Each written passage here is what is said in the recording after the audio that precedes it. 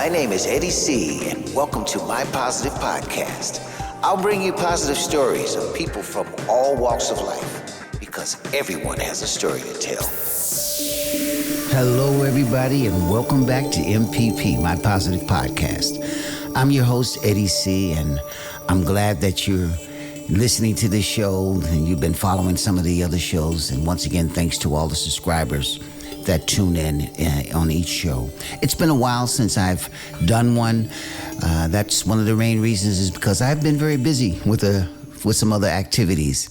And the whole idea of the show is to keep it positive, not only for you, but for me. So I take a little bit more time, but like I said before, the interviews are going to be longer and you'll get to know more about my guests. Speaking of which, I have 3 wonderful guests this week again. My first guest is a entertainer. She's performing now in Tenerife and has traveled through the States.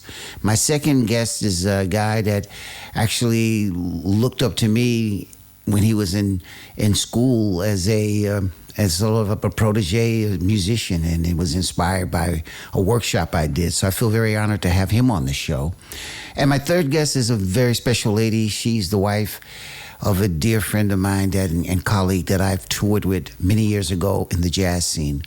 So if you're interested in their stories, stay tuned and stay positive. My name is Eddie C, and you're listening to my positive podcast. Well, ladies and gentlemen, my first guest on the show is Samantha Tel. How you doing, Samantha? I'm doing wonderful.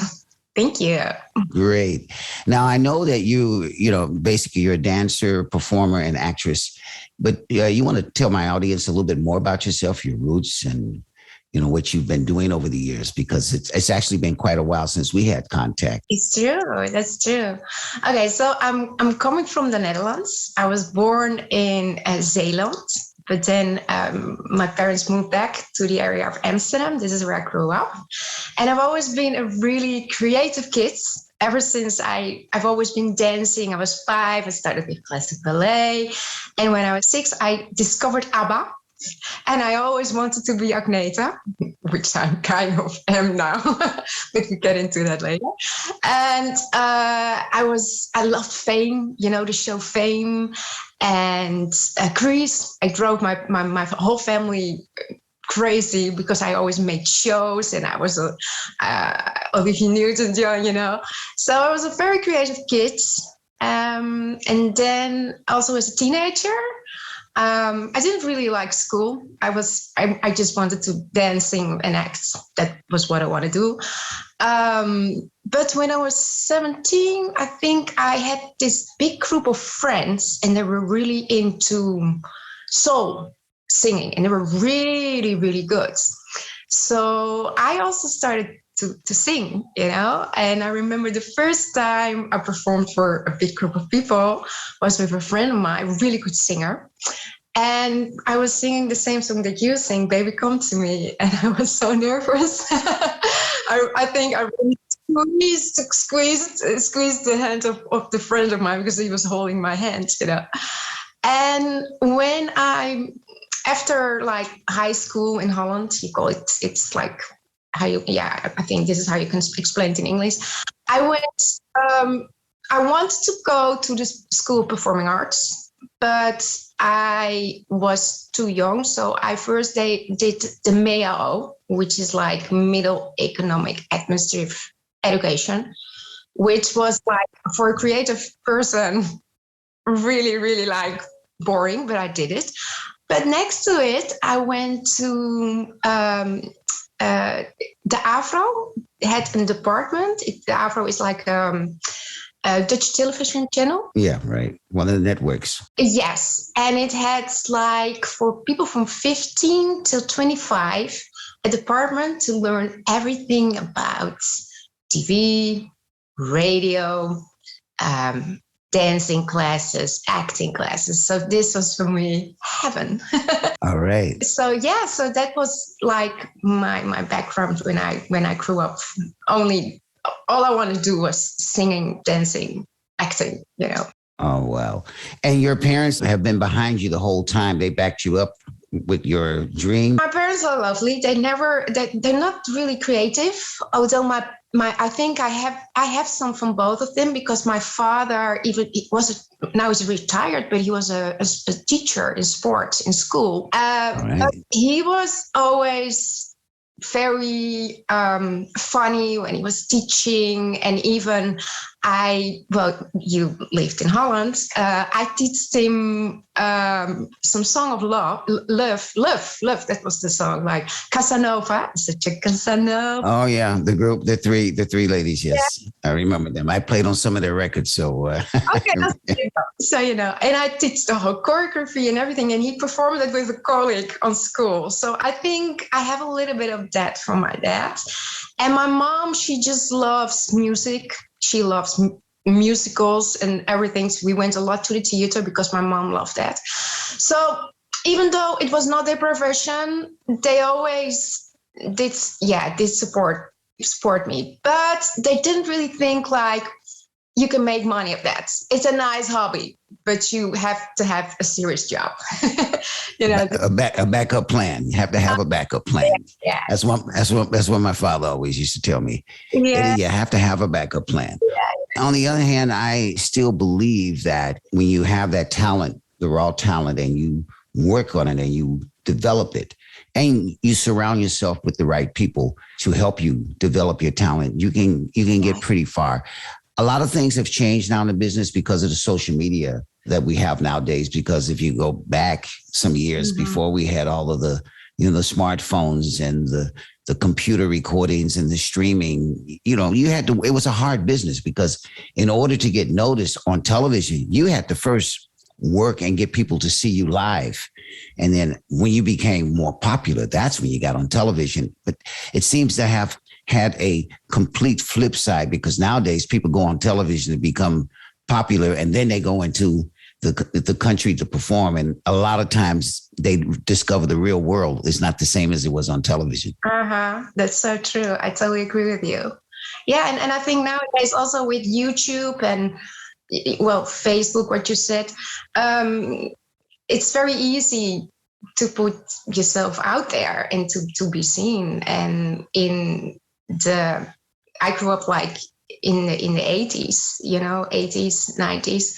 And then, you had to go to auditions and to let people see you and everything. Well, you still have to go to auditions, but it's now easier. You can start your YouTube channel and whatever, So yeah, this is true. So you started to do your whole acting career and your singing career when you went to the network to work for them, so that they gave you your basis to work from. But you also mentioned to me that you went to the States for a while. Can you tell us something about that? Yes, after the Mayo, when I finished, I'm a traveler, and I was like, okay, now I have to leave. And I heard about this thing being au pair. And till 26 years old, you would get a visa to go to the United States. So I went there as an au pair. And I remember the first 4 days we had like this orientation in New York City. And our hotel was like one street behind Broadway. So I remember that was my first experience of the United States. I landed on Kennedy Airport, I think it was. And then I was on Broadway, and it was such an amazing experience. And then I was almost 1 year there, and I took a lot of dance classes. And I loved it. It was heaven for me. I loved America.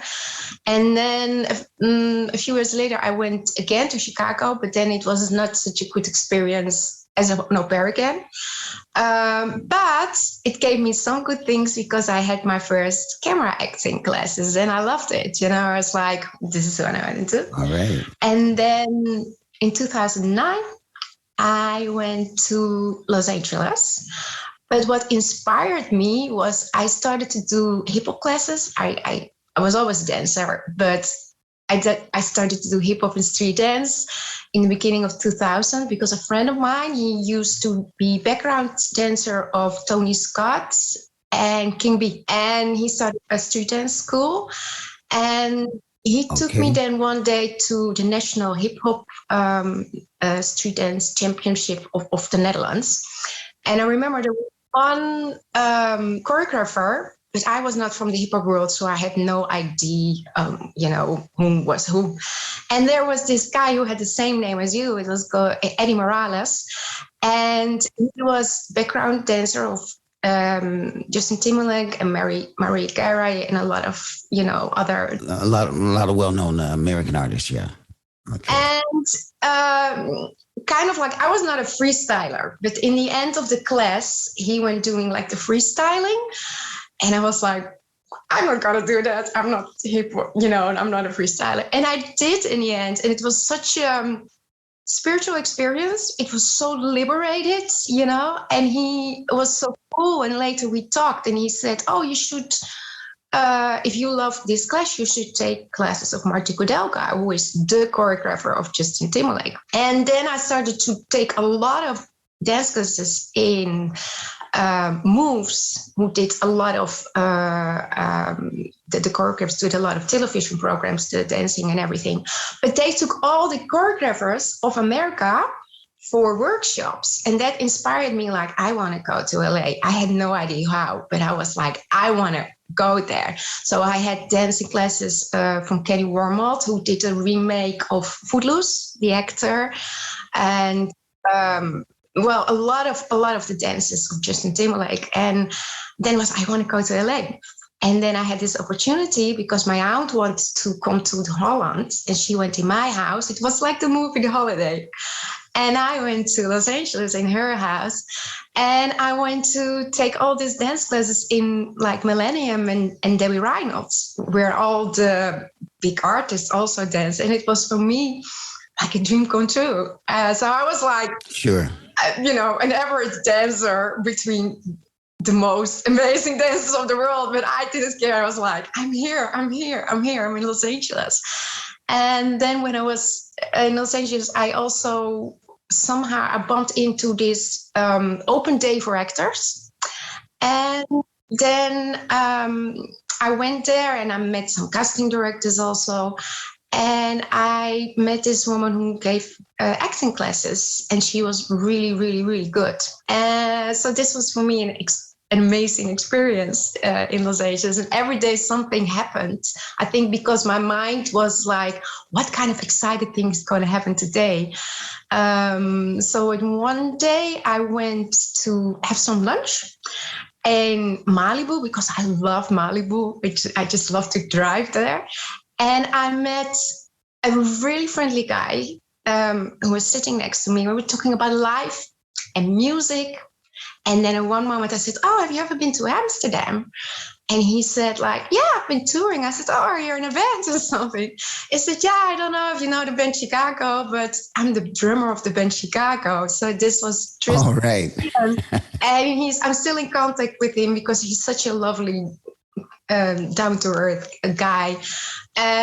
So this was my experience in LA. It was like I was in the flow. I was so much in the flow, Also visiting sitcoms because I always wanted to. I was a big Friends fan, so I ended up visiting sitcoms, and this also was for me a great experience how they filmed it. Right. So yes, this was my experience in America, and I love Los Angeles. I just really, really love it.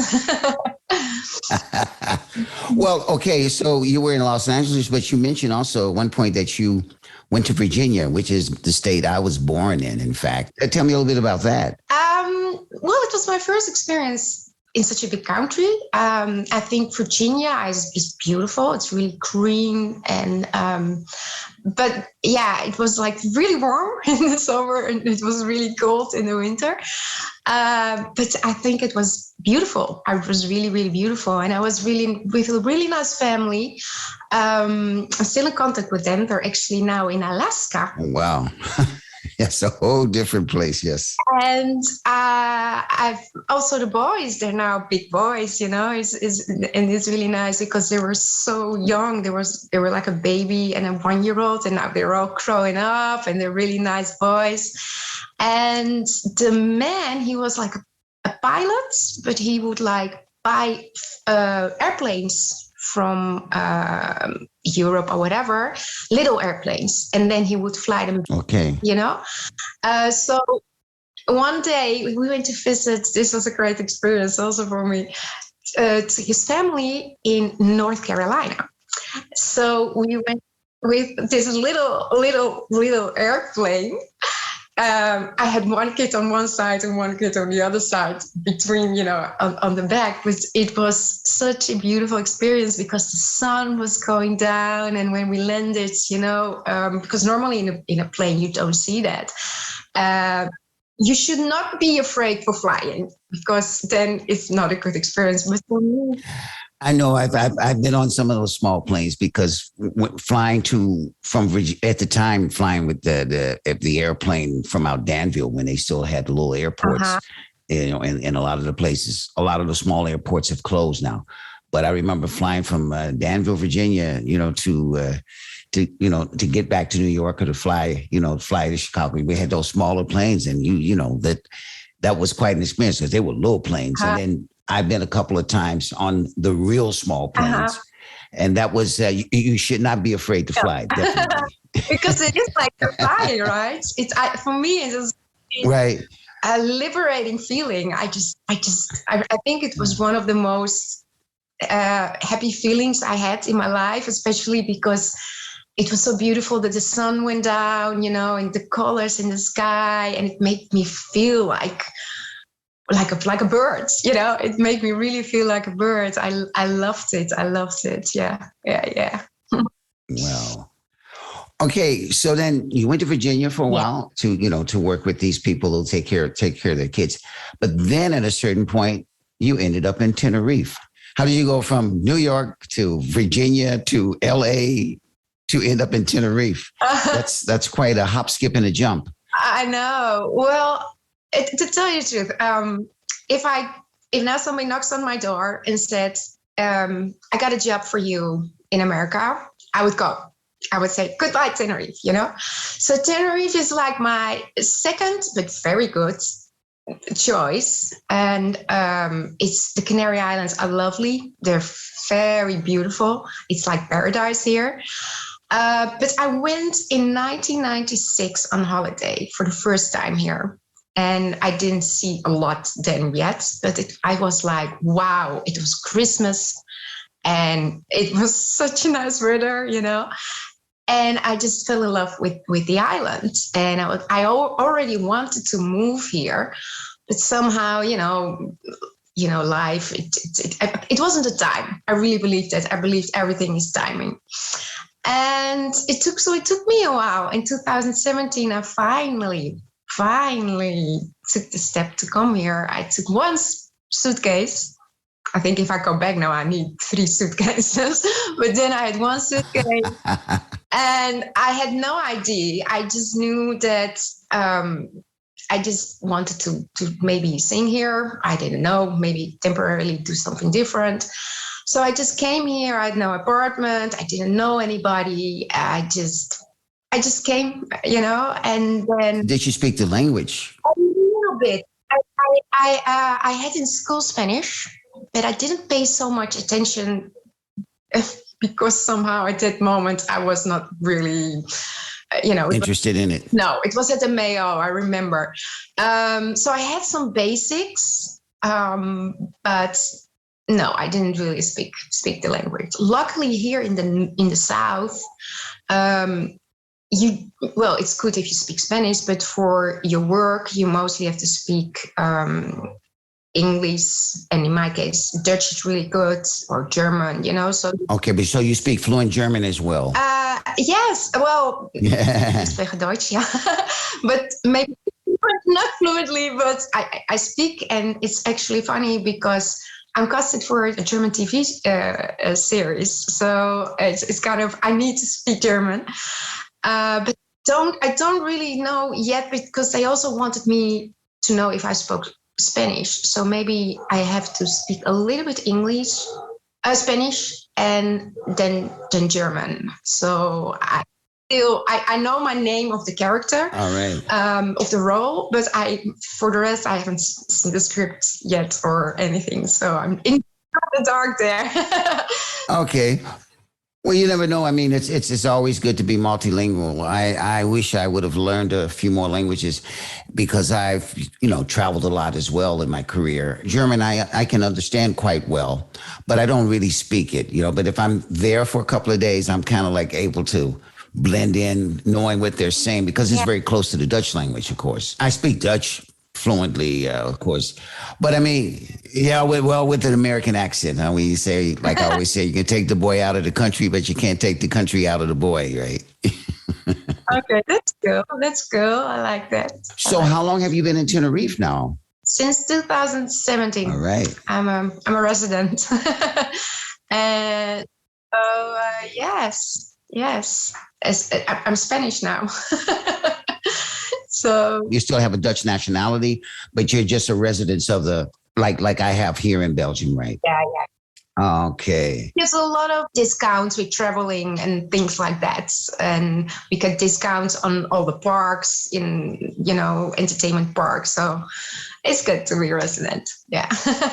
So you're, as a performer, you mentioned something about, you have this sort of ABBA combination that you do together with a colleague, and your colleague is also from Holland, or is she coming from a different country? She's from Hungary. She's from Hungary. Wow. Okay. When you all are communicating with each other, you're speaking in English. I take. Yes. I think. Yes. Yeah. Okay. She speaks good English, so we speak in English. Yes. I don't speak Okay. So tell us a little bit about your whole thing around the show. You have this ABBA show. Are you performing with a band? Are you working with a tape? You want to tell us some more about that? Oh gosh, it would be wonderful to play with a band. That would be amazing. I love live music, but no, we have the backing tracks. But we did sing our backing vocals, because she's very good in producing music, because she also writes her own music and everything.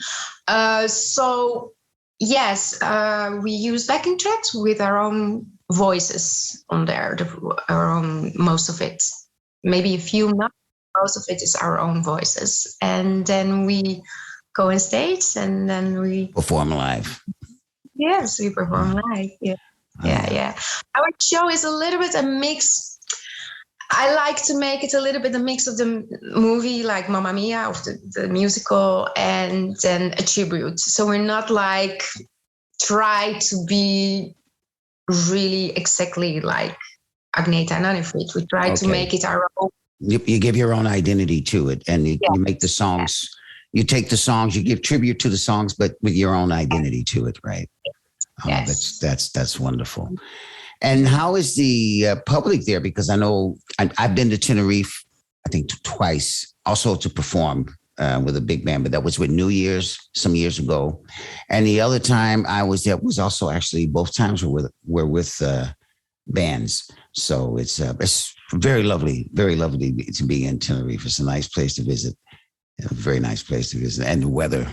Yeah. Yes. That's that hot weather is really cool, Especially in the winter. I love it in the winter, I think in the winter it's so weird that it's like you're spending Christmas in your bikini on the beach, That's really, I love that.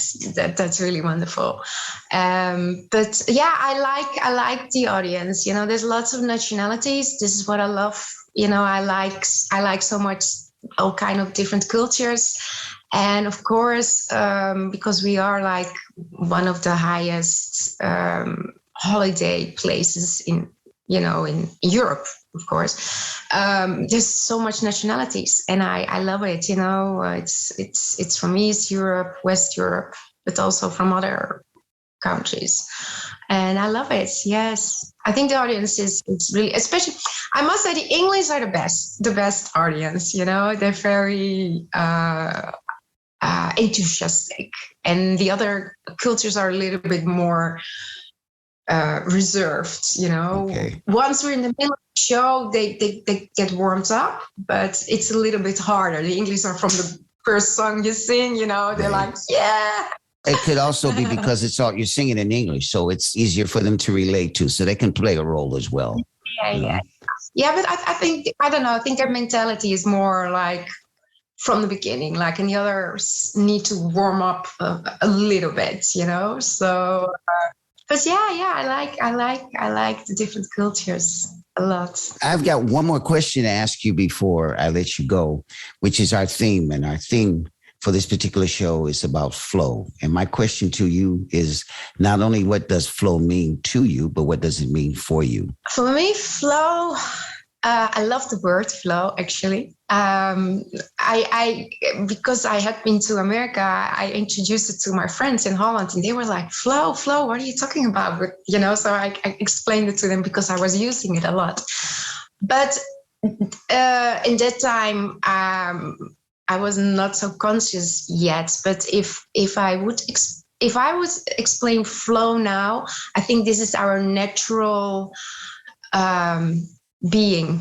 If we would not think so much, or being our own way, we would be all the time in the flow. I think life should be like in the flow, but we are somehow, because of our fears or insecurities or whatever, we stop the flow, or whenever we think we're not good enough or whatever, and I actually stopped our natural flow. I think life is like a river, and we stopped that river with our own, just what I say, we do it. So for me, flow is happiness, love, connection, light, that all this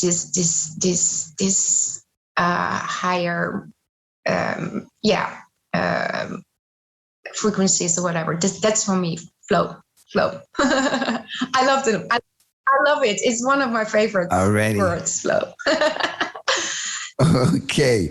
Well, listen, I love to thank you for coming on the show and sharing your story with me and with the audience. And who knows, maybe we'll see each other one day when you're up this way again, or when I get the opportunity to go to Tenerife. Yeah. I'll definitely let you know. We'll get together, make some music. That would be lovely. That sounds amazing. Yes, I love your voice. I love what you have been doing in your life, So that would be a great opportunity. I love to make some music and create some flow. And you can show me some of those fancy dance steps of yours.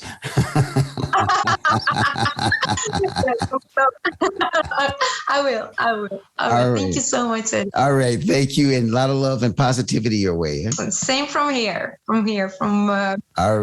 Tenerife. Okay. As they say in Spanish, hasta la vista. Hasta la vista. I think Arnold Schwarzenegger has been using that a lot, right? Yes.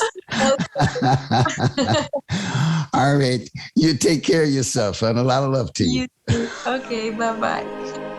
This is My Positive Podcast with Eddie C. Well, ladies and gentlemen, my next guest is a very dear buddy of mine. Musically, he actually, I think, saw me perform many years ago when he was still in high school. And according to him, he was saying that because of the performance he saw with me, that he was kind of inspired to go on as a musician, which I take as a very great honor. And anyway, he'll tell you more about himself. Please welcome Mr. Ivo Stuivenberg. Hey, Ivo, how you doing, buddy? Hello. Yes, Eddie. Yes, I'm doing fine. And you? I'm doing quite well. I can't complain. Okay. Can't complain. Okay, great. It's great to see you, man. And always nice to be around you when we're performing this. We always have this positive energy thing. And, unfortunately, we don't get to play as much as we like to, but that'll come back again, I think, in the future. That will come back. Yeah. So, Ivo, can you tell my listeners some things about you, because I know, of course, a whole lot about you because of our years working together, especially when we met each other again after about was some 8 years ago when we first had contact again. And you told me the little, the story about your student time, and I was completely blown away to hear that. And made me blush, man. Yeah. Yeah, it's really true, because I was then born in Rotterdam, but as a little baby, my parents went to Brabant, that's in the south of Holland, close to Belgium. And my father and my uncle, they built a camping, which is still working. The camp is still going on. Mm-hmm. And then I grew up in Brabant, in a little village in the neighborhood of Bergen op Zoom. And then I went to the high school.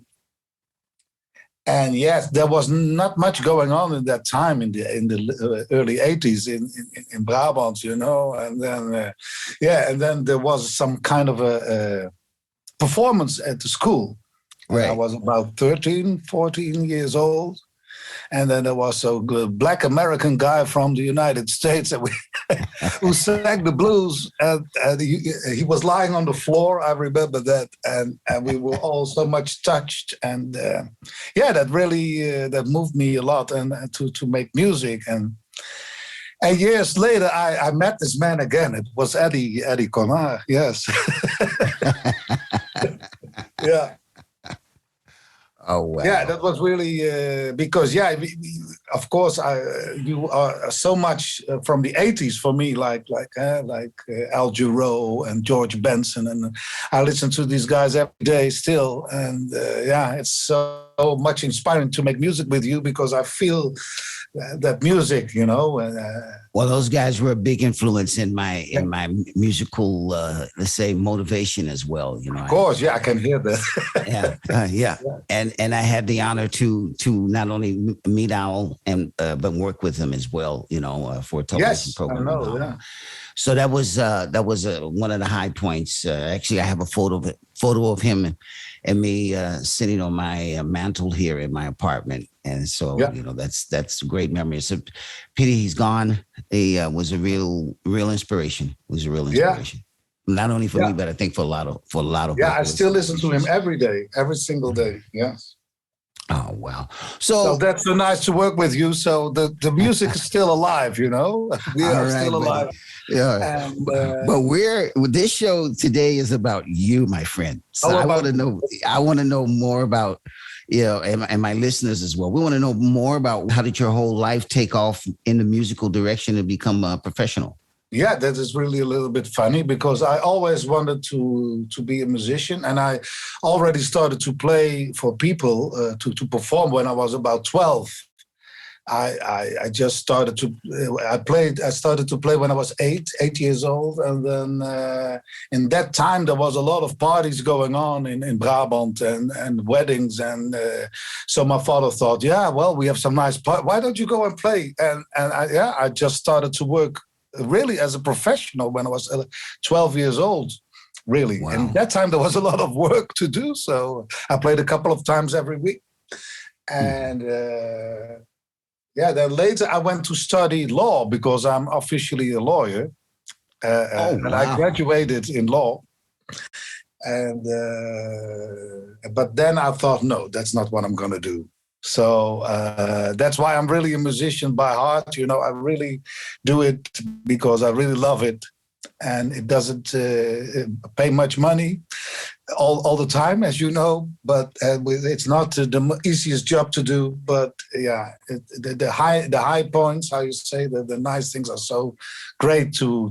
And I traveled a lot, met a lot of people like yourself. And I traveled to New York to be a part in the Black gospel scene. I went to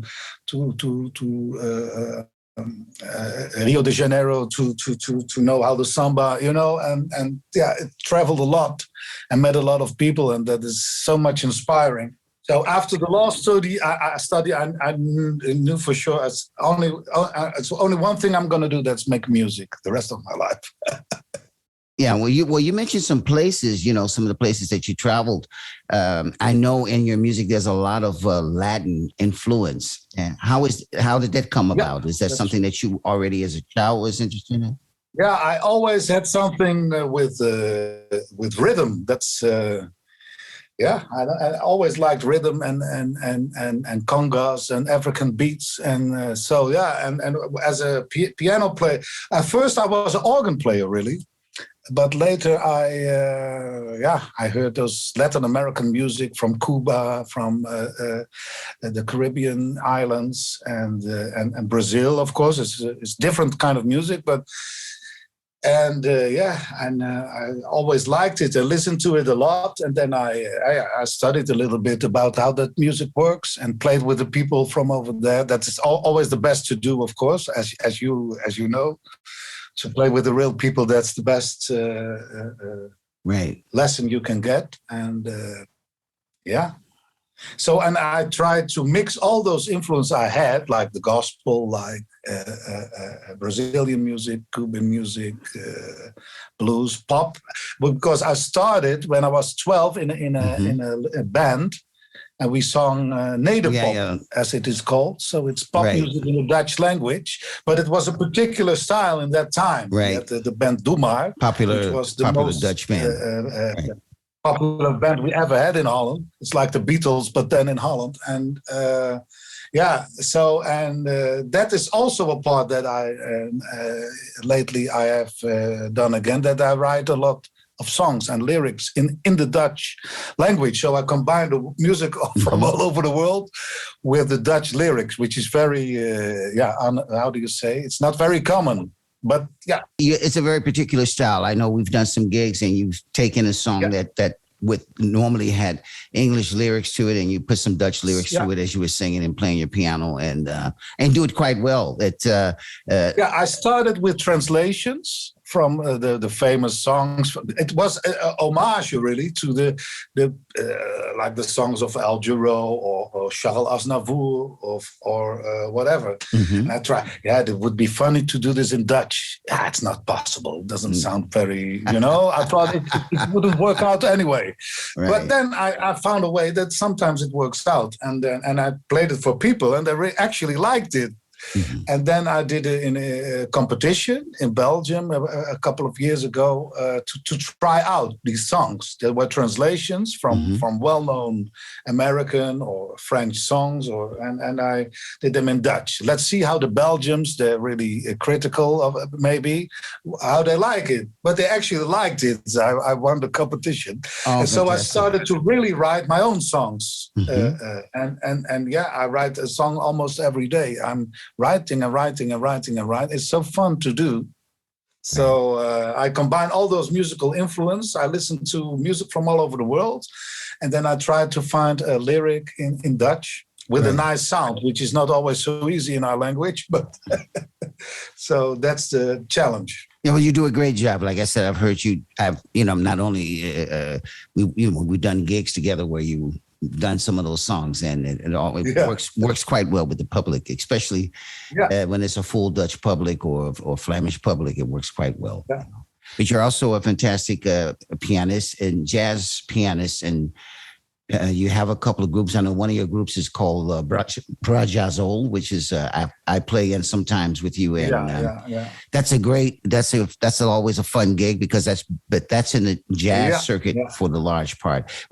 Tell our listeners a little bit more about that, how that group got started. In that project, I try to combine, like we talked before, like my Latin American influences in the piano playing, Brazilian influence, but I really like to combine them with American influences, jazz and blues and soul. So that's why I like you very much to participate in this project, because you know how to play all those styles, and you sing, of course, the great American soul and jazz. You have, and that's why that was the combination I was looking for all the time.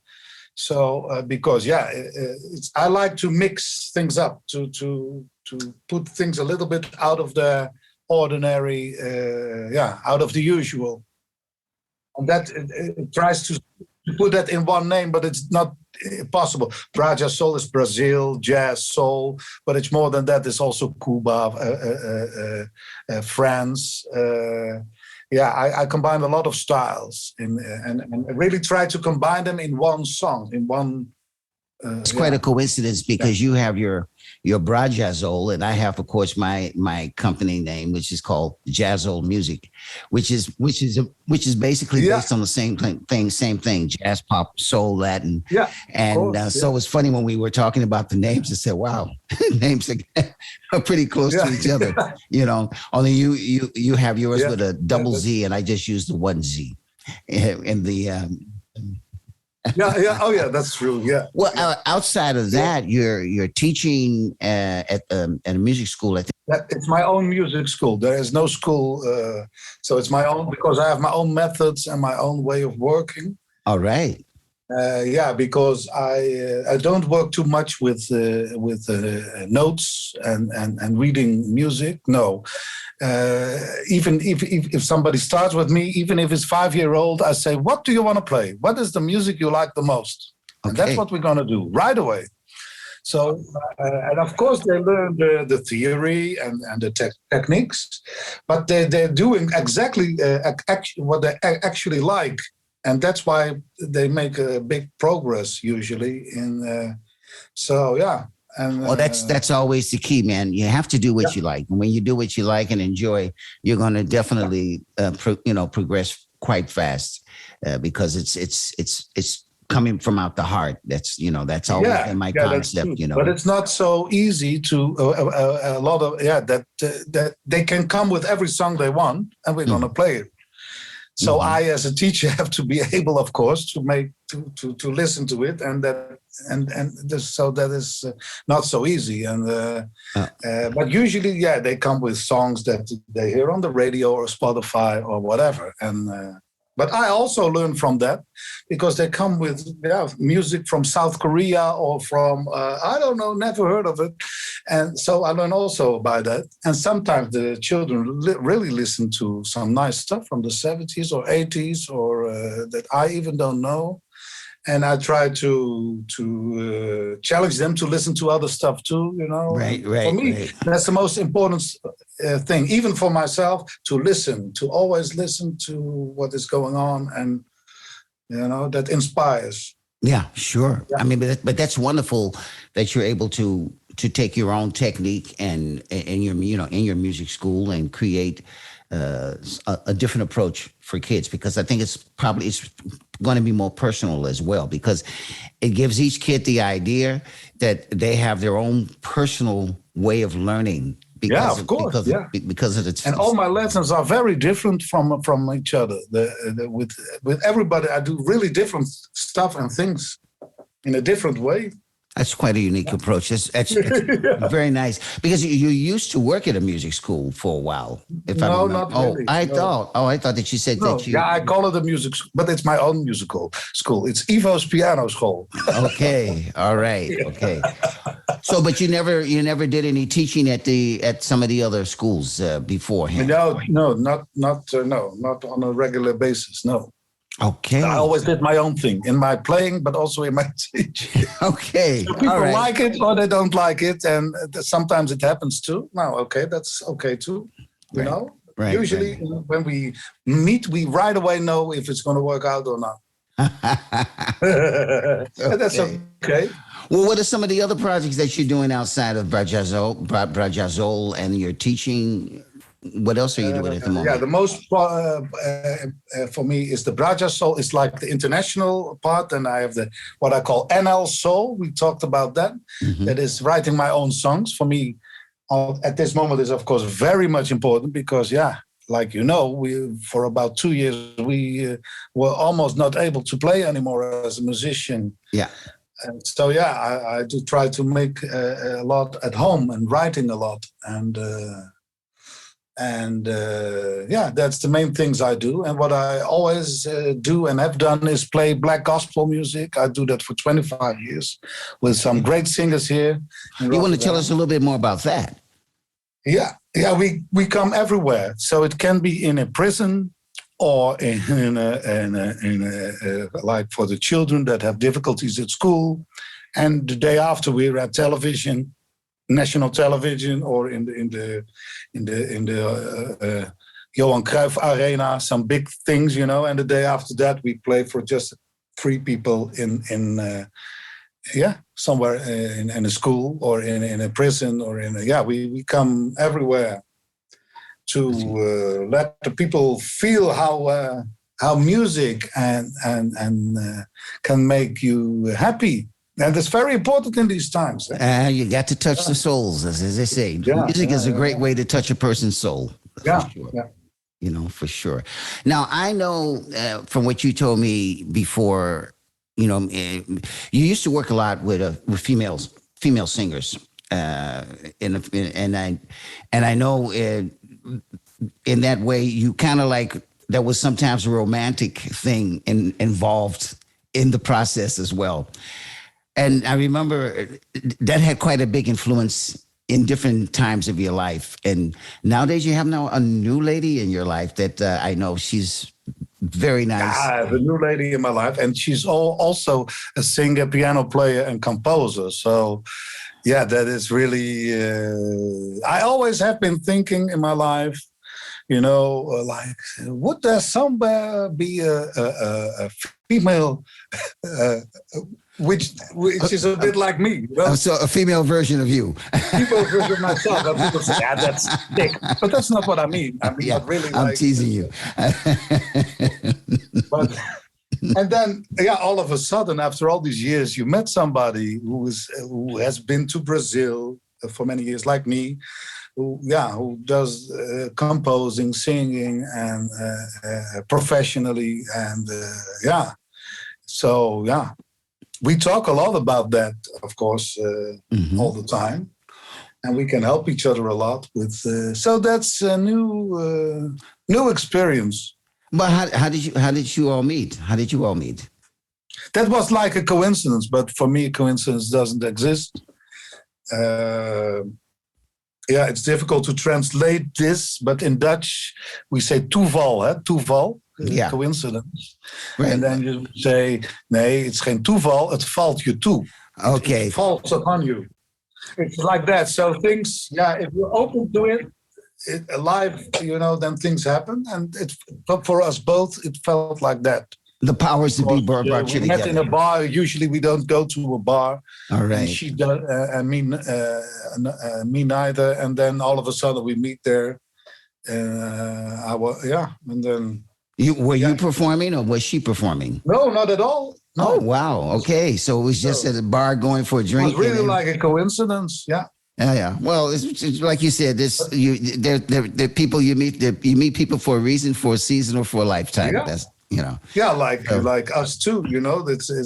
I'm very much happy that after all these years we meet, and maybe at that point it was my time to meet you and to be able to play with you and work with you, you know. And it is, Well, I mean, it's really great because I met your girlfriend and she's very, very nice and completes your whole package. If I see the two of you guys together, it's really sweet to see that, man. Yeah. And she's a fantastic singer. She's a fantastic singer. She's really involved in Brazilian music. She has lived there for 7 years. She has lived between the Indians to really understand this music. And so she really knows what it's all about in that music. And that's really great, of course, for a Dutch person to really know all the repertoire and all the singers and all the styles. And that is really, and she's really, how do you say, devoted. And I like that. I'm also like that, you know. Yeah, that's that. I really like to go, to do things serious. And so, of course, we're going to work also together. But we put it a little easy. But now I also write some duets maybe. So maybe we're going to do work, Yeah, I can hear your voice. She's a very warm voice. So it's very easy to blend with male vocalists. Yeah, she always sings very, how do you say, clear, zuiver. in tune. Yeah. You know, so yeah. Like yourself. So it's easy for me to work with. That helps, you know. I hate auto pitch, man. I tell you. Sometimes technically you need to do it for a few things here and there, but basically, I'm an old school cat when it comes to that. Yeah, you're also old school, and I like that. You know, that you really do your homework. You really know what it's all about, and that's also where I come from. The 80s, the 70s. It's not like landing backward. No, it's like, we like to work. Also on a song, I work day in, day out to make a song more beautiful or better. Right. And it's not the modern style, but it is my style. It's the old style. Oh, Ivo Stuivenberg style. That's what you call it. Your parents have also played a major role in your supporting you in your career, because I know a lot of times when I've performed with you that they're always there, and that's wonderful to see. There. That's true. Yeah. Yeah, because when I started to play, like I told you, when I was about 12, my father always brought me to all the gigs, and he brought me and collected me, and we were carrying stuff, you know, because in that time we didn't have the synthesizers. So it was a big organ. It was impossible to carry with big speakers. And we were like, you know. Yeah, so he was always there on the performances, and my mother too. And I'm very much happy that they're still around. And I hope we get to play very soon again for people and performance. And so Oh, that's really fantastic. That's really fantastic. And I know your dad really enjoys it, and your mom as well. I always, when they're at a performance, you can just see them just gleaming, and very proud of you. I know that. Which is a wonderful thing. Do your parents? They never played themselves any music? Not really, no. But my mother, she listened to people like Miles Davis, Jimmy Smith. And so they don't play, but when I started to play, we sometimes listen to Errol Garner or to, so they always how do you say that they had the influences, they had the influences, they always I cannot find the word, they always they support you. They're always support. That I know. And your dad your dad is not only supporting you in that way, but he's also your driver most of the time. He used to be, he used to be, for many years. So because you don't have a driver's license, right? No, I don't have a driver license. A musician without a driver license. That's really... and a pianist, keyboard player. I almost never lost a gig. Well, that's wonderful, man. That's wonderful. And does because in Holland you can do traveling by train and by there's always a way to find a solution. In the small countries, that's true. That's true too. Well, listen, we're getting close to the last question, which is our theme. And it's about flow. And my question to you is, what does flow mean to you? But I also want to know what it means for you as well. Yeah, that is flow. Yeah, I don't really know what it means, but for me, the flow is the way that we make music, Eddie. Huh? Because we played together many times, and we never rehearsed. I think we never. That is flow, you know. And I learned it through the music, like the gospel music that I also do with people. Sometimes I don't even know what song we're gonna do, which song we're gonna do, or what key it is in, or whatever. And then and they call it the spirit, huh? In the gospel we call it the spirit. So you just let it. I think that's what you mean, huh? You just let it happen. And the funny thing is that what I learned in the music, through the music, I now do in my whole life. So I do everything by the flow. So I don't try to worry about corona or whatever is happening, because you can worry night and day if you want, and it's not going to solve anything. That's true. So for me, it's like I try to live as I also make music, and For me, that's the flow. So that's a wonderful thing. And I cook also in this way nowadays. All right. I cook because I don't know what I'm buying. Sometimes the ingredients, they come from all over the world, like I make music too. And then I throw them in the pan, and then let's hope that it's going to be a nice meal. And let's hope that flow. Yeah, so let's hope that it doesn't become a different kind of flow. Yeah, but it usually works out. Now, 9 out of 10, it's great. Oh, fantastic. Yeah, well, I like to cook like that. You know, you cook with your senses and you make music with your senses. Your senses. That is for me the flow, your instinct, your sense. And of course, you got a wonderful support group around you with your parents, with your girlfriend. Yeah. And the fact that you guys are able to spend, because you had to spend some time separately for quite a while during Corona, because she was in Portugal at one point. Yeah, she has been in Portugal for half a year. Yeah, and you were here. Yeah, that was a difficult time, Corona, because no performances, and she just built up a career in the Brazilian music, and no performances. I had my teaching, so I could survive anyway with the money. But we like to play and to perform for people, and that gives energy, and that we want to share the energy, of course. And also for the audience, it's terrible not to have concerts anymore. And so I hope the world opens up now very soon, because the world needs it. We all need it. You can't take, if you take away the music, you take away the heart and soul of what's happening. Yeah. Because everything, and for me, flow is everything in movement. The way the grass grows, the way the sky travels, it's all connected together. And music is one of those elements. The people that are involved in our lives and stuff, that's all for me is a part of a flow. You're waking up in the morning and going to sleep. There's always some kind of flow that you kind of portray in your life. And that, as the days go by, becomes a general flow for you and a guideline for you to continue. And for all positivity is most important. Waking up with that positive mind and going to sleep with a positive mind, because if you can find... Amen. Yeah. Amen. Yeah, well, I'm going to tell it like it is, man. Yeah, it's true. Yeah. But it takes a few years to discover these things, Eddie. Yeah, it takes some years. Maybe. It takes some years to discover. Yeah, for me it took a couple of years. Yeah, of course. But it's the experiences that you go through, and of course, as you get older, you start to discover those things more and more. And speaking on that, is there some advice you would like to give young people about how to find their flow? Yeah, that is what I just told. Listen to your instincts and listen to your heart. Especially not what other people might say or do say, or the television that makes us fear everything around us, or there's a lot of going on in the social media nowadays.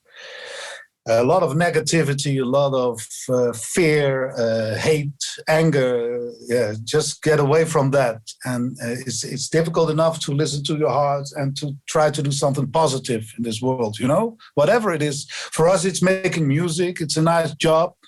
But there's so many good things to do in this world. But listen to your heart, listen to well, like I just said, and to your instincts, that's also very important. Sometimes you feel, I shouldn't go that way, and then your mind starts, but. Yeah.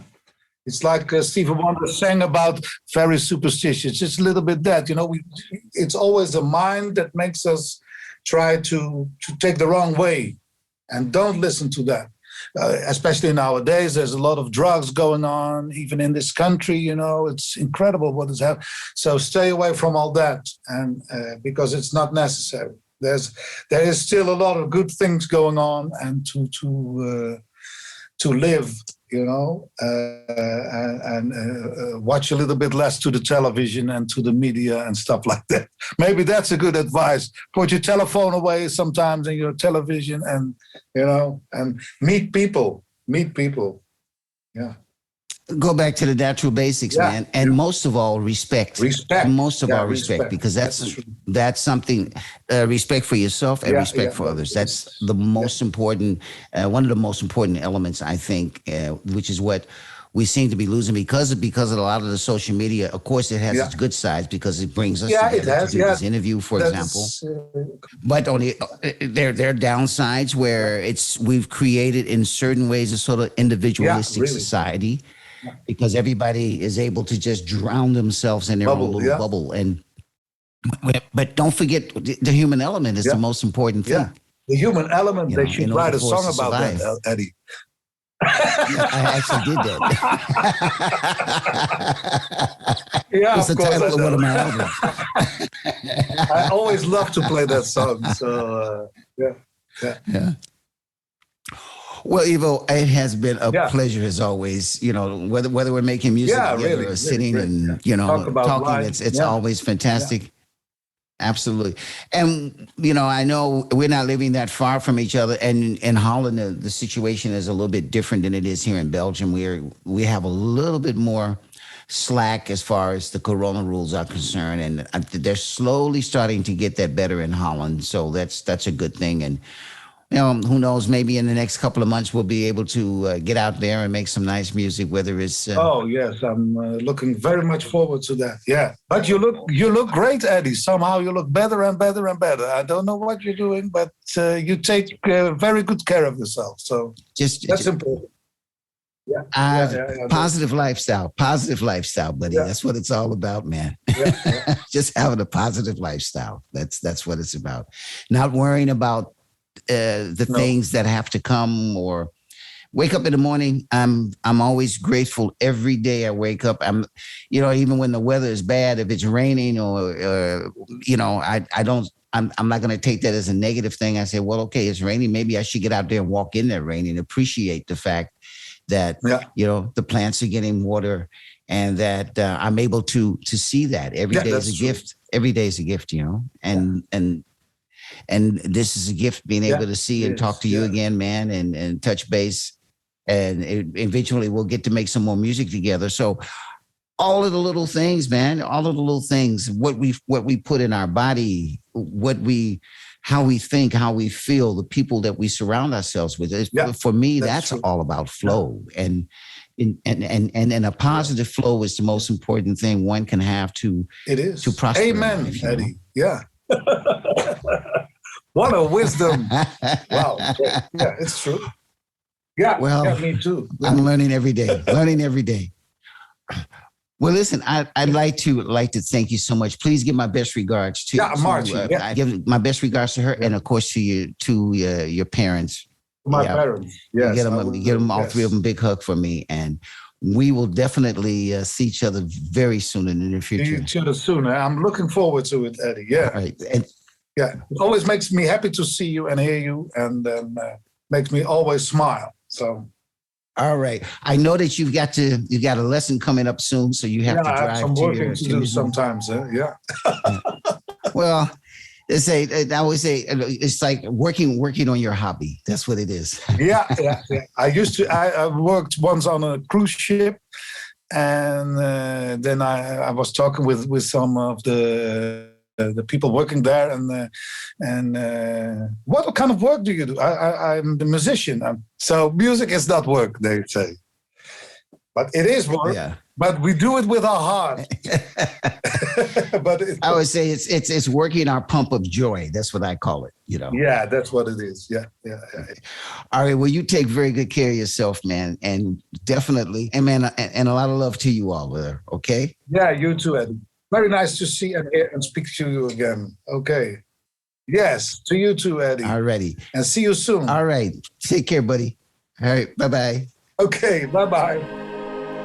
This is My Positive Podcast with Eddie C. Well, hello, ladies and gentlemen. Once again, I'm back with my next guest, and she's a very dear friend of mine. I worked with her husband for years on recordings. He's a fantastic guitarist, and it was back in the days when we were all a lot younger, although if I see her now, she hasn't changed a bit. Please welcome my next guest, Miss Petra Beckers. Hello, Eddie. Nice to talk to you. Very nice. How are you? It's been... I'm fine. I had a weekend with photo shoot, so I was really tired, but now seeing you makes me feel much better. Oh, wow. Okay. That makes my day. Yeah, well, old friend, it's always nice, or not? Absolutely. Absolutely. Yes. I remember those days as coming to see you all in Germany with the band, and, you know, you preparing lunch and everything for everybody while we were playing. It was a wonderful, wonderful time. Nice memories. And a lot has changed. And now you guys have moved to Amsterdam now, and you're living there, and you've taken a whole new career on, which we'll hear about later on in our interview. But, you know, can you tell my listeners, of course, I know a lot about you, but my listeners don't. So can you give my listeners a little bit of background about you, you know, where you're originally from, and in fact, how you ended up in Amsterdam? Yeah, so I was born in Germany, really in the industrial part of Germany, right in the middle in Essen, which at that time was full with coal mining. And I am not coming from a rich family, so I did not grow up in the rich parts of the Ruhrgebiet in Germany. But I didn't know any better, and I liked it. What I had, or even, also when I was very young, I always knew that I wanted to see the world, and that I wanted to go out of the place where I grew up. Not that I hated the place, but I thought there must be more. And I was always interested in art and in literature, which was not a topic in our family. So they were they were workers. So I don't know where that comes from, but it was there. Maybe it's our generation also. So I went to an art school when I was 17, and I had the intention to become an artist. But instead of becoming an artist, I became pregnant when I was 17. Well, that's art as well. A different kind of art, but it is art. And I'm still with the father of my daughter. That's Chris Beckers, the guitar player you mentioned. And that's from where I know you. And he made music at that time already. And even though I was very young, I was sure if I want to stay with that man, I must make it possible that he can stay with his music. So I don't know where it came from that I was so wise to realize that. Right. And it was not hard for me to do that decision because I really love music. I'm not a musician, but maybe I have a musician's heart, and I love musicians, and it was the life that I wanted. So I said, you can always stay with your music, and I will not claim anything from you. Right. And that was how we did our role. And I said, well, one artist in the family is enough. Mm-hmm. So I decided to do something different. And I had to leave the art school. That was that in these times.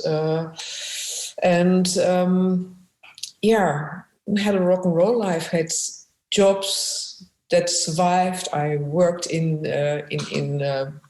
places where I would not want to have my daughter or my granddaughter to work with drug addicts, and I had a gun in my pocket because there were really crazy people among that. I never had anything with drugs. I was really clean all my life. I do not even drink alcohol. But that was a place where I got a little bit more money than in other places. Right. So this is how we did it. This is how we started. Yeah. Wow. And I'm very proud that we are still together. Well, Chris is a great guy. We always had a wonderful time working together, and it's always nice to see and talk with him, and it's very talented musician and technician as well. Yeah, and I could develop my creative side together with him. He was making music. After a while, I realized that I was quite good in what you call promotion. So that's not much more than selling. I realized I can sell. So I did the promotion for him. I went to all the radio stations and TV stations in Germany, introduced his music when he had an album out. And at that time, you really could live from that. That's a long time ago. No musician can do that anymore now. No. But at that time, we really could make a living out of his music, even though it is not a commercial music, it is instrumental music. But they used it a lot for films or as trailers. And also in Germany, you have programs for jazz and where he played his music on regular basis. Yeah, well, there was some great times, really great times. Yeah, and when he had his albums out, he recorded it at home. We had a recording studio in our sleeping room. I think you know that. I know that studio. Yeah. You were there. I've been there. Yes. So we had no sleeping room. The sleeping room was the recording room, and we slept in another room, which was tiny, just big enough to have our bed in it, and our daughter had a better room than we had for our sleeping room. And yeah, I enjoyed it. All the musicians coming to our home. And as you said, I was cooking for them. And when Chris had a live gig, I tried to be there too. Absolutely. And that was a really good time that we had. Yeah, those were wonderful times. And yes. That was actually one of the questions. Was you spent a lot of time supporting him and being there, almost more or less like an extra member of the band, in fact. But you were like the silent band member who was regulating everything for all of us. I remember a long time ago you did mention something about the artwork, but one of the things I always admired about you was that your opinion was very important to the band. If we played something, I remember if Chris had a composition, he was always kind of like, "What do you guys think?" And everybody would say, "Well, this, and that." But if Peter had something to say, everybody had to listen to that. Yeah, you had a silent influence, but it was really? Always there. Yeah, you know? I didn't realize that. That's funny. And I know we all had the biggest respect for you, and still do for because you were that silent. Like I said, you were that silent band member that nobody actually knew about. But if it wasn't for you, a lot of things wouldn't have happened, especially for us as a band at that time. And I know for Chris as well, Chris is always the shy, reserved type. But I know you were always like his right hand when it came to getting things done, I tried my best, really, but that was my love for the music also. Not only the love for Chris, but really the love for music. I knew it when I was 7. I heard the Beatles and I saw the guys with the long hair and I loved that. And I said, when I'm grown up and when I'm going to marry, my husband has to be a musician and I want a man with dark hair. So that's what I got. Really, it's not a joke. Okay. That was what I said. All right, fantastic. And so now, of course, we're many years further, and your guys are living in Amsterdam. How did that come about? We went to a small place. I came from a big city, but we went to a small place in the northern part of Germany because of a band where Chris played, a blues band, backwater blues band. And we have been living there for 20 years. We thought that it would be for a shorter period, but our daughter grew up. She had to go to school. And once you have a child going to school, we felt the responsibility to stay there. We tried to move once to Holland, but our daughter was so upset to leave all her friends at school behind. So we said, no, we have first we have to finish this job with our daughter, and then let's see what the future brings. And she left home when she was 20. She went for studies to Amsterdam. She said she studied fashion design, and she said, I would like to study in Amsterdam. And there was what they say, open dag in Amsterdam. And Chris said, yeah, if you go there, I go with you. Day, yeah. So they both went to Amsterdam to this open dag at the University of Amsterdam. And he came back in the evening and he said, I want to go back to Amsterdam. He grew up here. He came from here. But we met in Germany in the Ruhrgebiet and we stayed there since from then on until 1996. And he came back and he said, yeah, I want to go back to Amsterdam. And I said, okay, then let's do that. Because I always said, I don't want to be the stumble block in his musical career. So that's how we did it. And it was difficult because we had a studio in Germany. We dismantled the studio. We went to Holland with not very much money. We had a Mercedes-Benz at that time. Yeah, I know. Chris was always a Mercedes driver. Yeah. We had the idea, okay, we built the studio there. We sell the Mercedes-Benz, and then we can live from that money for a while. But the Mercedes was stolen. Oh my God. Just the first week that we went here. And 2 weeks earlier, before we went to Holland, we canceled the all risk. So the money was gone. Oh, wow. We had a few savings, but after 6 months, we really ran out of money. Speaking of Murphy's Law. Yeah. And that was how it happened. Car stolen. Our plans had to be changed.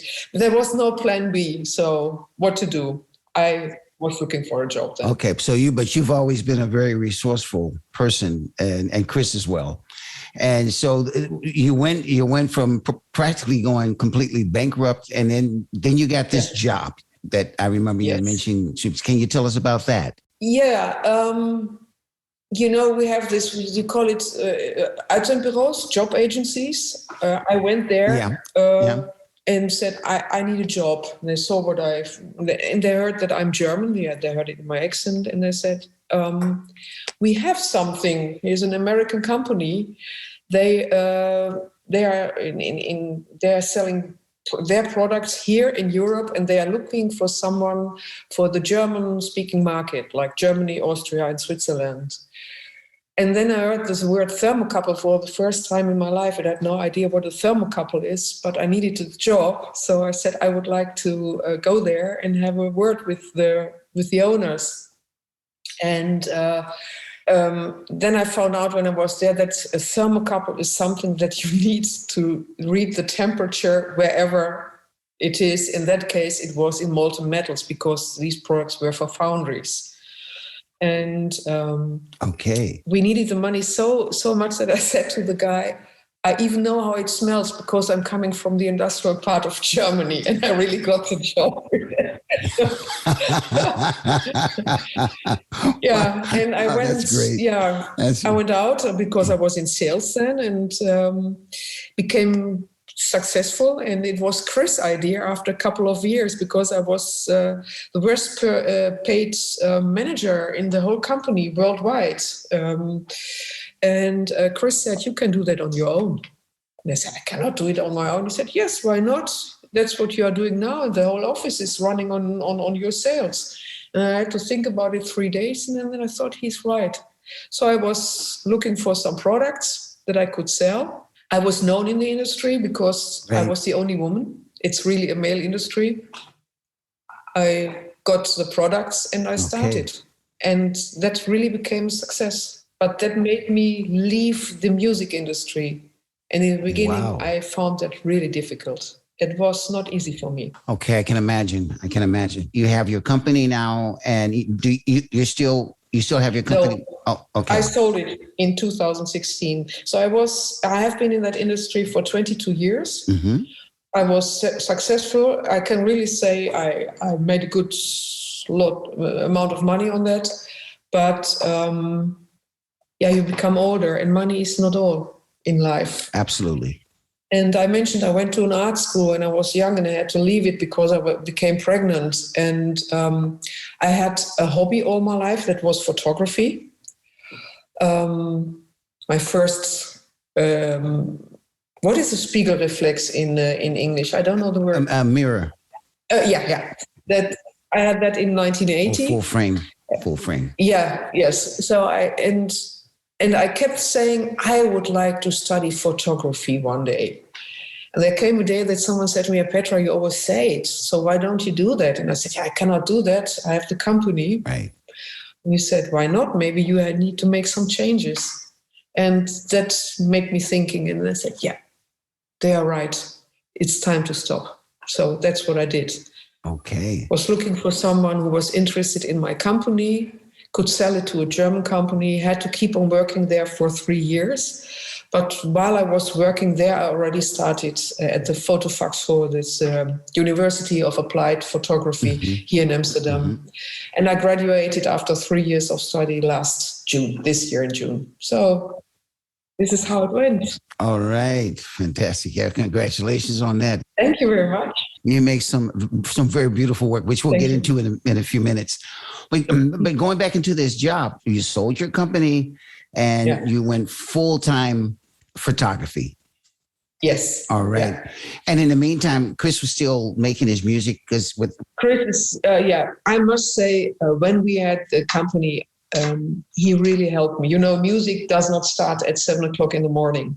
So what he did every day, he went to the office with me. When I started, he said, I may make the packages for you. Yeah, that were 2 packages per week. In the end, it were 20 or 30 per day. So, oh, wow.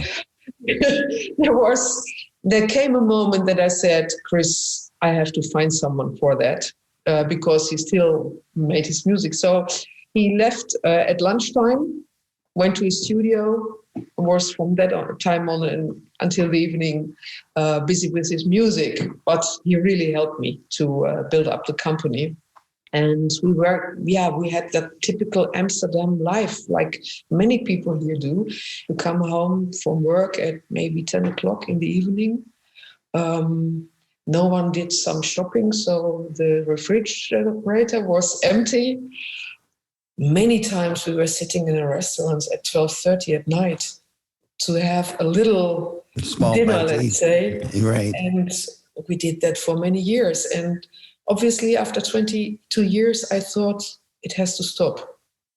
I had a very nice apartment we had here, and I had a beautiful kitchen where we lived there. I have been living there for 6 years, but I think it was 5 or 6 times that I cooked a meal in that kitchen. Wow. And that's a pity. Right. I mean, it was okay to live that life. And you're a great cook, because I remember some of the dishes. Thank you. I do that now. Again, I promise Chris, once I stop working, I will restart cooking and making the German Kuchen, you know, the cakes. Yeah, he loves that. So, yeah, I know. Yeah, so did I. And I kept my promise. So, yeah. Great. Fantastic. Yeah. Okay, now you got your diploma for your photography and from the university, and I saw some of your work. I wanted to come up and see it, live, but of course, because of the corona rules we've had, it was hard to travel and get up that way. And at one point, we were able to start making music again down here. And so with my gigs, it was hard to come up sometimes. But you make some amazing work once again. And your street photography is also something I'm very interested as well. You've seen some of my stuff. I'm still learning. Every day is a new day to learn more stuff, But I really love the work that you're doing. And thank you. The shots that you make are, being in Amsterdam is a wonderful city. Photography, period, especially if you're going to do street photography. I have it also, of course, with Antwerp. When you started doing your photography, did you bring back your drawing technique that you had when you're looking through your camera? Because every photographer has their sort of approach to photography. With me, I look at the the aperture and the shutter time and the lighting. I look at that like that triangle. I see that like a musical triangle. You've got your basic track and you've got then the overdubs and everything. So I approach it in a musical kind of way. Do you approach that like you did with your drawing school? Or? I'm attracted by light. I really see light and colors. So sometimes I'm just going to the supermarket and come along at a place and see a certain light, and then I think, this is a place where you want to take some pictures one day. And very often I immediately have an idea. And sometimes it takes 6, 7 times that I have to go there until I really have the shot that I already had in my mind. All right. And people say, oh, lucky shot. And I said, I have been there for 7 times and with different camera lenses. And so, it is the atmosphere. And what I love is a filmic atmosphere in my street photography. That's what attracts me. So I'm really an admirer of Ed van der Elsken, for example. Maybe your listeners know that Dutch photographer. His black and white photography with portraits and people on it. And I also have shoot people from time to time, but not in a way he does, because nowadays you cannot do anything with that photo unless you have the permission from the person on the photo to publish it. That is one reason, but the other reason is that I don't know where it came from, but I had a certain vision in my mind how I like street photography. And during my study, I came across two photographers. One was Saul Leitner, and the other one is William Eggleston. And I saw both of them. I photograph like they did, but I didn't know them, so I'm not copying it, but that's my way how to do it. So I was really diving into their work, and that was so nice for me to see that I'm on the right way, that it does not have to be like Ed van der Elsken with people on it. It can be totally different. And both can be absolutely next to each other. And my photos are mostly colorful. Right. Yeah, that's how I love it. And maybe it comes from the paintings, indeed. Sort of a subconscious kind of thing that you have, right? Yeah. Yeah, I grew up with pop art, and maybe that's what you see back in my photos, the pop art. Yeah, I was going to say that. I was going to say that, yeah. And I was very much inspired by Van Gogh. I visited, after the first lockdown, I went to the Van Gogh Museum. I did not go there for 20 years at least, because with all the tourists, you do not see anything because there are 50 people in front of you while you want to see the sunflowers. And after the first lockdown, it was empty there. So I went there, and really, I was so touched by his art to see it face to face. Exactly. And live in a very quiet room. And at that moment, the idea grew up in my head to do a still life series based on what I saw from Van Gogh. So I went to the Van Gogh Museum several times, and then I studied his colors, and you learn it's not 100% yellow that he's using. And so I really was diving into it, and I made a still life series where the colors and everything is based on Van Gogh. It's inspired by Van Gogh, but I tried not to copy him. And also that is really colorful. But what I did there. And now that you mention it, I think about some of the shots that you've posted on your social media. I can see that coming back in now, which is nice. It's nice to discover that's where you're getting that from. You know, wow. I know you mentioned something about your light. With me, for example, I'm more of a composition guy. A light is important for me, but I know that. I'd like to shoot without a flash, but I also like the composition. Like if I see a particular shot, whether it's with people or without people, it needs to kind of like say a little story with me. Of course, I post every day on my social media a picture with a quote or something I have on my mind at that time that I want to kind of throw out to people. But I look at the kind of composition because for me, photography is like that silent reading book. I'm not a big book reader. So if the picture can tell me something without me having to read words around it or about it, then that's cool for me. And so I can imagine that. I'm also a big fan of Curry, you know, his artwork and how he captures eyes are like with him. The way he captures a person's eyes are fantastic, you know. But I totally agree with you that composition is really important.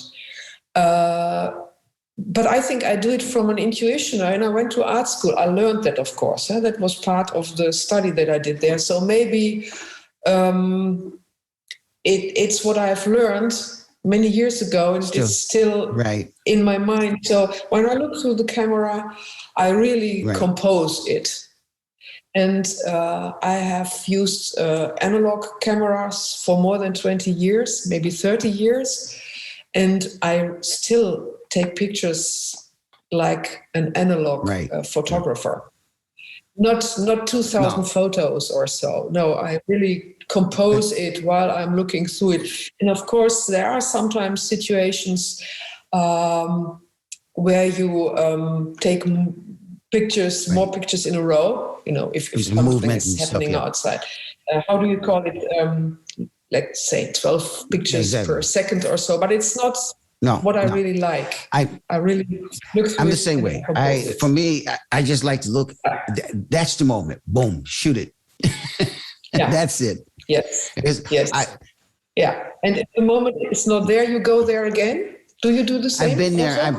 When I've gone around the town, like if I walk through the city, especially during the time that we had the lockdown. I mean, Antwerp was just one big ghost town, and it was beautiful at different times of the day to take a walk at different spots and just capture a shot of it then and then later. And actually, I've got shots that I've taken from that period. I want to maybe next year do like a small exhibition together with a few other colleagues somewhere here and to show those pictures, and so for me, the whole COVID thing was actually an eye opener as a photographer. And because it gave me the space and the room to discover my surroundings, which normally you go home and you go into your house or you're going out and you don't really, and on top of that, because I wasn't allowed to play music. My camera was one of my best friends at that time, just to put it in my pocket and go and just capture those moments, Yes, yeah. Well, I have 3 series from lockdowns: Lockdown 1, Lockdown 2, and the curfew that we had. And I remember I was standing here in my house, looked out. We really live downtown, so I could see the change. Suddenly everything was empty, and I was so curious. How does it feel outside? And I thought, it's a pity that I was forced to stay in. I was not allowed to go out on the streets after 9 o'clock. So I made sure that I had got the necessary paper, and I made that my graduation series about the curfew. And I went out on 16 evenings in that time, in a completely empty Amsterdam. The first night I went out, I was so overwhelmed. I think I took 2 photos, not more. The impression of this empty town was so overwhelming. Right. And it was, on one side, it was very sad. What happened there, it was a tough time for everyone. Right. But it was also exciting and thrilling, I must admit. And I was the only one out there.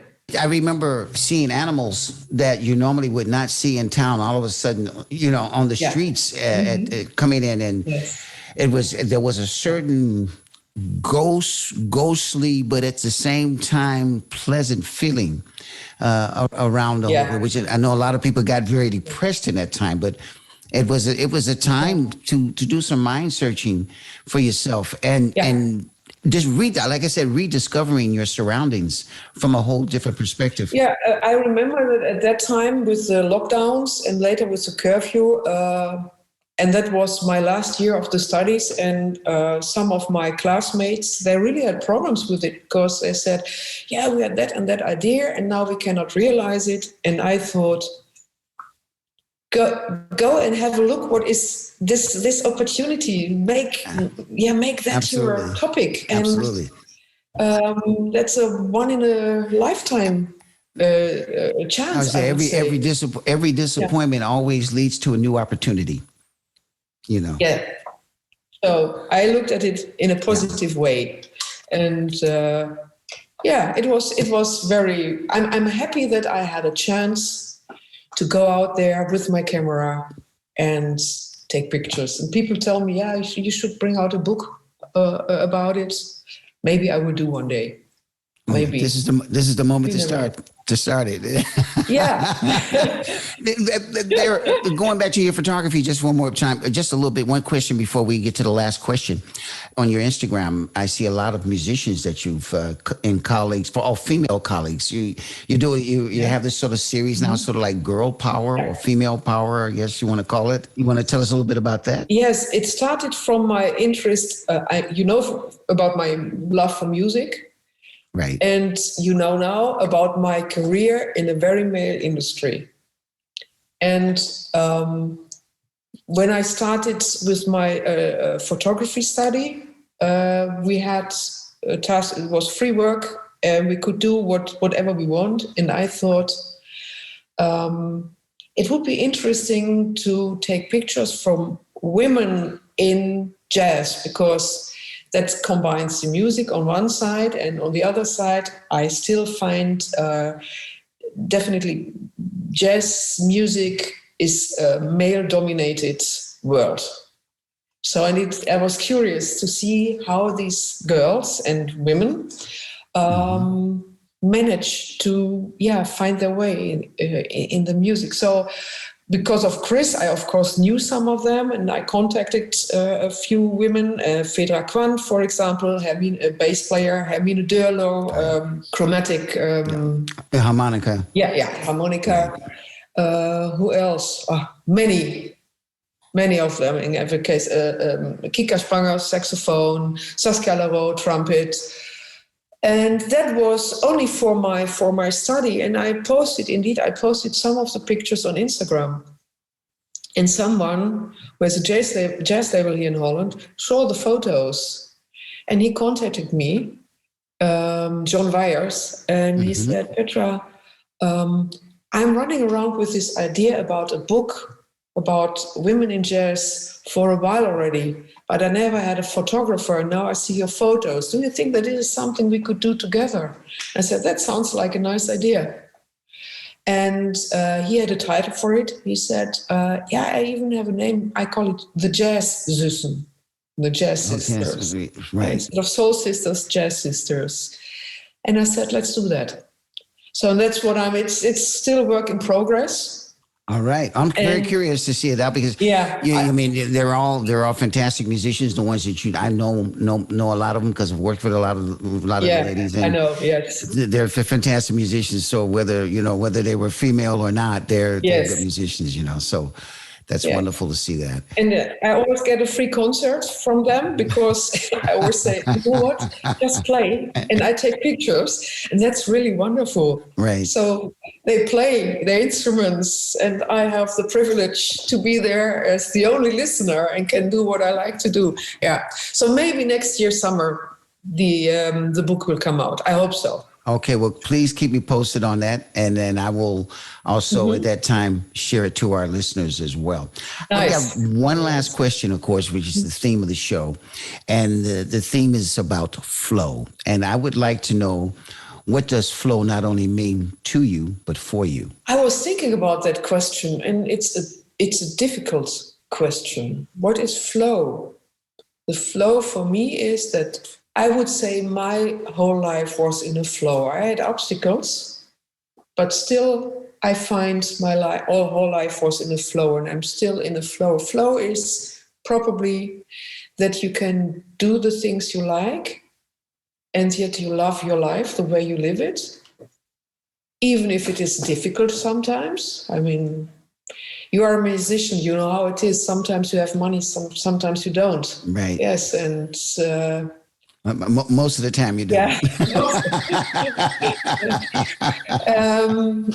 And you have people that you are losing, and we are old enough to know all the ups and downs in lives, and still I can say that I'm very happy with my life. I think I had a good life so far now, to have a few more years, and so maybe that's flow for me, the way I could live my life, and that everyone is healthy around me, and that I'm in contact with creative people, not only musicians, not only photographers, also painters, writers, That's flow for me. Oh, fantastic. Well, I've been fortunate to see part of your flow, and also with Chris and how his flow is still going, doing the things that he likes to do as well. And it boils down to, at the end of the day, doing the things that make you happy. Yes, and stay curious. Yeah, also stay curious. Absolutely. It's maybe also part of the flow. Stay curious about all the things going around. How would you describe flow in photography? Flow into photography. Not necessarily a series of photos. I mean, that can be a flow. Yeah. For me, a flow is, I can only say how I would probably experience it. Sometimes I go out on the street and do not find the pictures that I want to make. And I can come home and did not take any picture, or maybe one, and the one that I did is not even good. And sometimes I come home and I have 20 photos of which I think, wow, that they were there at the right time. Maybe that's my flow. You know, there are days that I am in a flow, and on other days I'm not. And when I'm in a flow, I'm never 100% happy with my photos. It can always be better. Maybe you have the same. Well, yeah, your flow is basically you capturing the moments that are important to you at that moment in your life. Yeah. Yes. Yeah. Yeah. Yeah. I couldn't say it any better, Eddie. Really. Yeah. It's great how you describe it. I agree. Yes. Yeah. And how is it for you, flow? What is your flow? My flow is taking every day that I wake up in the morning and making the best out of it. And those moments, whether they're disappointing or whether they're joyful moments, it's all part of one everlasting flow. And, you know, I said each day when I close my eyes at night, as long as I can say, well, I got a lot out of this day. I feel good about what I did today. Then I'm in my flow. Then I'm nice. In my flow. Yeah. Maybe it's the age that we reached in the meantime. I see it the same way. Yeah. When you are younger, that's true. You see the world differently. Yeah. Absolutely. And I have the same. Doesn't matter whether or so. You are there, you are healthy, your loved ones are healthy. Right. You can do the things you love. Right. Well, look at it like a camera, you know. They always say, you know, a camera is something you date, but a lens is something you keep forever. Yeah. Yes. Very nice. Very nice quote. Yeah. You know, yes. So. Yeah. Well, I'd like to thank you so much. It has been such a pleasure to actually have a chance to talk, because most of the time when we've spoken with each other, it was in between gigs and there was this or that, and you were always the quiet one in the scene. And now we've had, after so many years, a chance to really talk about something, and also because we have a lot of common knowledge with the photography thing, and that's real cool to be able to, after so many years, talk about that as well, you know. Well, Eddie, I can only thank you for your interest. Really, I really appreciate that. And it is nice talking with you, and talking with you about photography is even nicer. and about the life and how we are in life. And I still like to talk about music, or then more it's like listening to the musicians talking about music, because you are the experts. I'm just the consumer. Well, maybe we should get together with the whole gang once, and you just put the cameras on and just and do something like that, you know. I can imagine that will happen one day, Eddie. I'm sure it will. Yes. Well, listen, I'm sending a lot of love to you and the family. You know, you give Chris a big hug from me as well. And thank you. And thank you so much for coming on. And I really enjoyed our conversation. And I hope when you have your exposition that you will inform me so that I can come and have a look. Well, I actually sent you the information via the flyer. Okay. Yeah. So you have that, and hopefully we'll get a chance, if you guys are ever, you know, out of Amsterdam and you come down to Antwerp, bring your camera. We'll do some. We'll talk photo stuff. Yes. Absolutely. Okay. Take care and keep making those beautiful pictures that you do. Thank you very much, Eddie. Thanks a lot. All righty. Okay. All right. Bye. Bye-bye. This is MPP, and I'm Eddie C. Well, ladies and gentlemen, that almost wraps it up for this episode. Wow, I had 3 wonderful conversations with 3 wonderful people once again, and I hope that their stories and their inspiration will touch you as well as they've touched me today. And speaking on those notes, talking just real quickly about flow, it's such a wide subject and a deep subject as well. And I think that everyone has their own flow in life. Of course, you have to find the one that's right for you. And if you do that, then I think a lot of things will come your way that you wish for in life. So on those notes, here is my quote. Flow. That moment you awaken to a new day.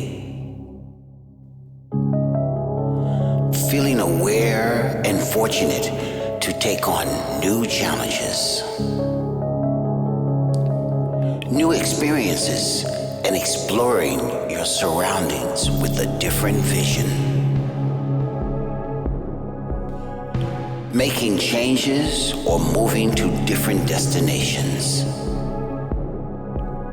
Discovering true passions as you get older and wiser, but keeping that childlike enthusiasm and curiosity. Creating that rhythmic flow on your life's journey and closing your eyes at night to look forward to another day.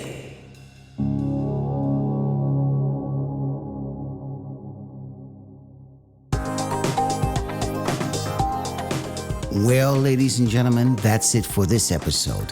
But I'd like to thank my 3 guests, Samantha Tel, Ivo Stuivenberg, and Petra Beckers, for coming on and sharing their stories about what flow means to them. And remember, just go with the flow, and it'll always help you get where you want to go. Until next time, you can find me on all platforms like Spotify, Android, and Apple. On Facebook, look for My Positive Podcast, and my website is mypositivepodcast.com. You can also contact me via my website or Facebook. A very special thanks to my technical producer, Iswan. This show is a production by Antwerp Podcast Service. My name is Eddie C., and this was MPP, My Positive Podcast. Tune in next week and stay positive.